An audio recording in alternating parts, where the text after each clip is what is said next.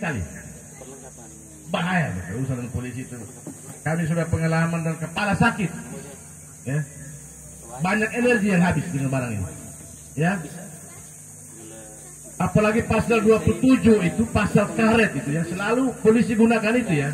Dan biasanya itu kalau para aktivis atau para jurnalis itu biasa juga dijerat dengan pasal ini.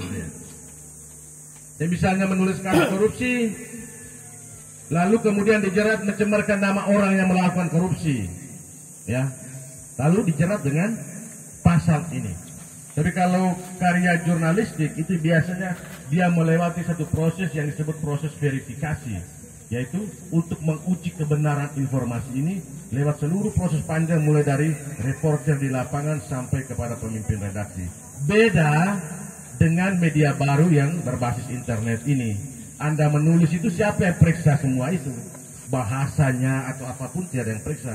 Tulis sendiri, kirim sendiri. Masuk penjara juga sendiri. Ya, sehingga mesti agak hati-hati. Sebaiknya itu kirim saja selamat pagi, apa kabarmu, begitu saja. Jangan kirim yang lewat dari itu. Apalagi mulai menyinggung orang punya perasaan, bahaya sekali. Dia tidak tahan, dia lapor ke polisi, selesai. Atau kamu olok-olok itu teman, bisa itu. Kamu bully teman, itu bisa pencemaran nama baik. Polisi gampang sekali menggunakan barang ini. Jadi sebaiknya jangan coba-coba. Karena saya sudah punya pengalaman banyak sekali mendampingi orang-orang ini. Bagaimana kita berhadapan dengan polisi itu berhadapan dengan kekuasaan tuh. Kita ini nggak ada apa-apanya itu di hadapan mereka. Mereka lah yang kemudian menafsir undang-undang itu dan menentukan hukumannya bagi kita, ya. Sehingga caranya jangan masuk ke ruang itu. Itu saja, ya. Sepanjang 2021 itu ada 17 korban yang dituntut dengan pasal ini, ya, di negara kita ini, ya. Di negara kalau kita di NTT ini kebanyakan kalau dilaporkan langsung diurus berdamai saja. Syukurlah kalau berdamai. Kalau tidak masuk penjara.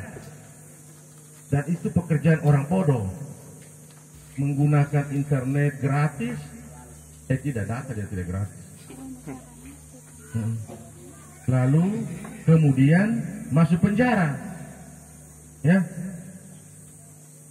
Kita menggunakan dengan untuk yang baik sajalah, ya. Ya.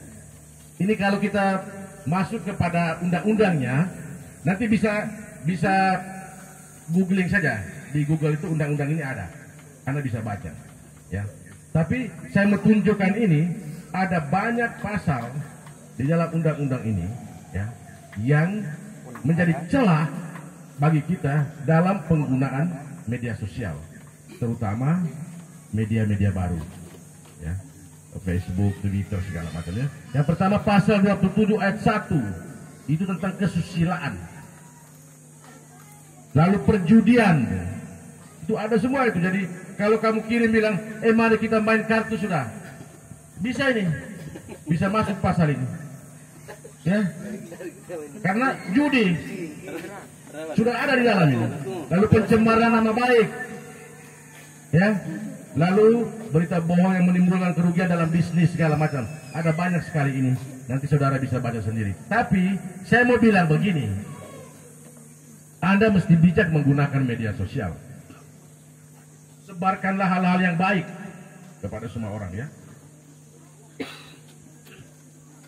Undang-undang ITE itu sebetulnya dia mau menata kehidupan kita ini. Meskipun banyak pro kontra, ya, karena mengekang kebebasan, memotong hak asasi manusia untuk berpendapat, gitu. Tapi sekali lagi di negara Amerika yang sangat demokratis pun tidak ada kebebasan tanpa batas. Kalau kebebasan tanpa batas, nggak ada bedanya kita dengan hewan. Kalau hewan, kita manusia itu kita bisa melakukan hal-hal yang privat itu di ruang privat. Tapi kalau hewan, hal privat itu bisa dilakukan di ruang publik. Jadi kalau kita punya kebebasan tanpa pernah dibatasi, dalam konteks ini ada undang-undang, ada regulasi, maka tidak ada bedanya kita dengan hewan.